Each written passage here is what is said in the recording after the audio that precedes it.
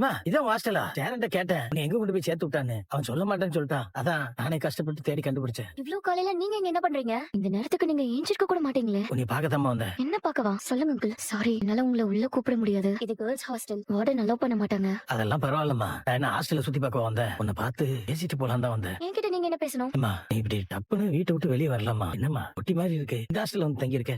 பாக்கதான் அப்படி தெரியுது. ரூம் நல்லா வசதியா தான் இருக்கு.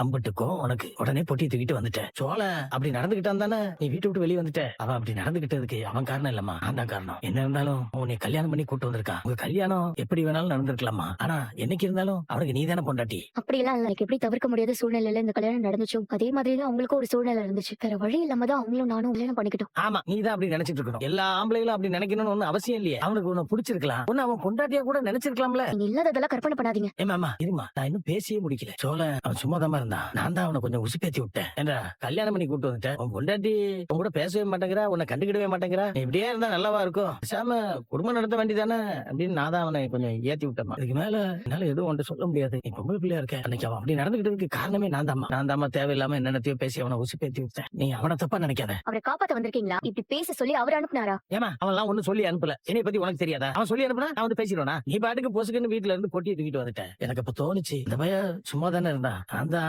தேவையில்லாம என்னென்னத்தையோ பேசி இப்படிலாம் நடந்துருச்சு. அது எனக்கு கொஞ்சம்